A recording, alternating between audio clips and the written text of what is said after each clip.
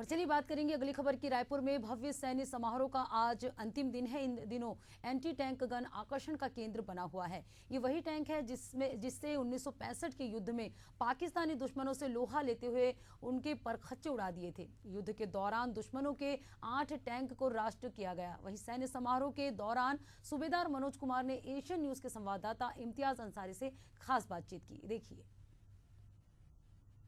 राजधानी रायपुर में भव्य सैन्य समारोह का आयोजन किया गया है और यहाँ कई चीज़ें ऐसे हैं जो देश के जवानों के लिए, जो अपने जवानों ने शहीदी दी है या फिर जो शहीद हुए हैं, उसके कई चीज़ें यहाँ मौजूद है।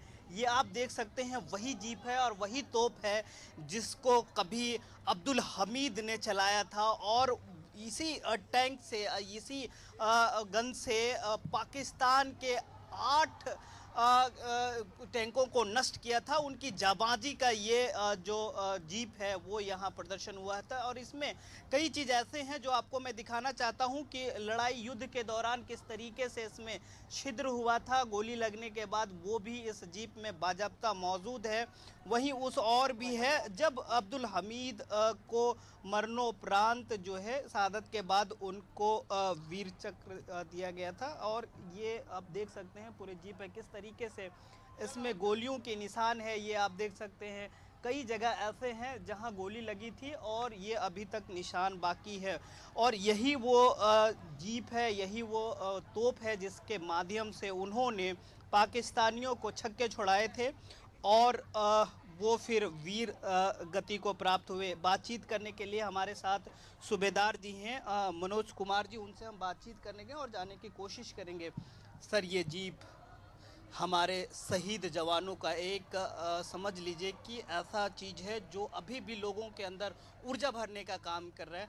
अब्दुल हमीद साहब ने किस तरीके से इससे लड़ाई लड़ी थी और क्या इसकी कहानी है? बिल्कुल सर, ये बिल्कुल दिल से जुड़ा हुआ मामला है और इस गन का नाम 106 mm आर्शल गन है और ये USA मेड है और ये 1960 में भारतीय सेना का हिस्सा बना था।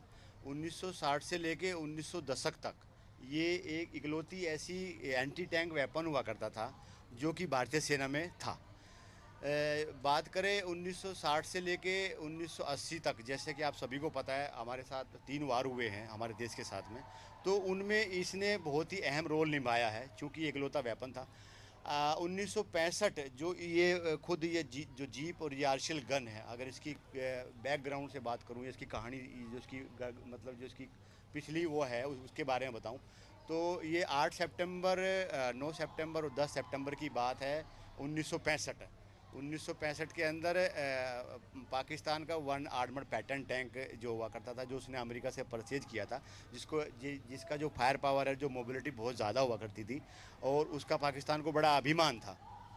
उसके खिलाफ इस आर्शल गन ने बहुत ही निर्णायक युद्ध लड़ा है जिसके कमांडर वीर अब्दुल हमीद हुआ करते थे, जो मरणोपरांत PVC से नवाजे गए। तो ये बात है 8 सितंबर 1965 की, जब पाकिस्तान एक डिवीजन पैटर्न टैंक लेकर के वहाँ पर चढ़ाई करके आया। तो उस टाइम ये 4 ग्रेनेडर का हिस्सा थी जो कि गन्नेटर रेजिमेंटल सेंटर की एक यूनिट है। इसके कमांडर थे वीर अब्दुल हमीद, CQMH अब्दुल हमीद। तो उन्होंने 4 से 5 घंटा एक इन्फेंट्री बटालियन ने पूरे डिवीज़न को वहाँ पे रोक के रखा और उसके 8 पैटर्न टैंक उसने बर्बाद किए। हालांकि ये 1991 के बाद ऑफिशियली ये एक्टिव बटालियन आर्मी से एब्सोल्यूट हो गई है। अभी ये अगर देखने को मिलेगी तो या तो किसी रिजर्व बटालियन में होगी या जो पैरामिलिट्री फोर्स है BSF वगैरह, वहाँ पर कहीं हो सकती है। बिल्कुल, ये हमारे वो पूर्वजों के जो शहादत हासिल किए हैं उनके धरोहर के रूप में ये रखा गया है और ये गवाह देता है उन वीर जवानों का जिन्होंने अपने देश के लिए लड़ाई लड़ी थी। हालांकि अब्दुल हमीद ने कहीं ना कहीं शहादत पाई थी, उसके बाद उनको ये आप देख सकते हैं इसमें दर्शाया गया है कि किस तरीके से परमवीर चक्र उनको मरणोपरांत मिला था। लेकिन आप इस जीप को सिर्फ जीप ना मानिए, वो धरोहर है जो आज के बच्चों को, आज के सेना को कहीं ना कहीं मुतासिर करता है और ये गवाह देता है कि हमारे पूर्वज एक जीप के माध्यम से, एक तोप के माध्यम से किस तरीके से दुश्मनों के छक्के छुड़ाए थे। कैमरा पर्सन आर के प्रसाद के साथ इम्तियाज न्यूज रायपुर।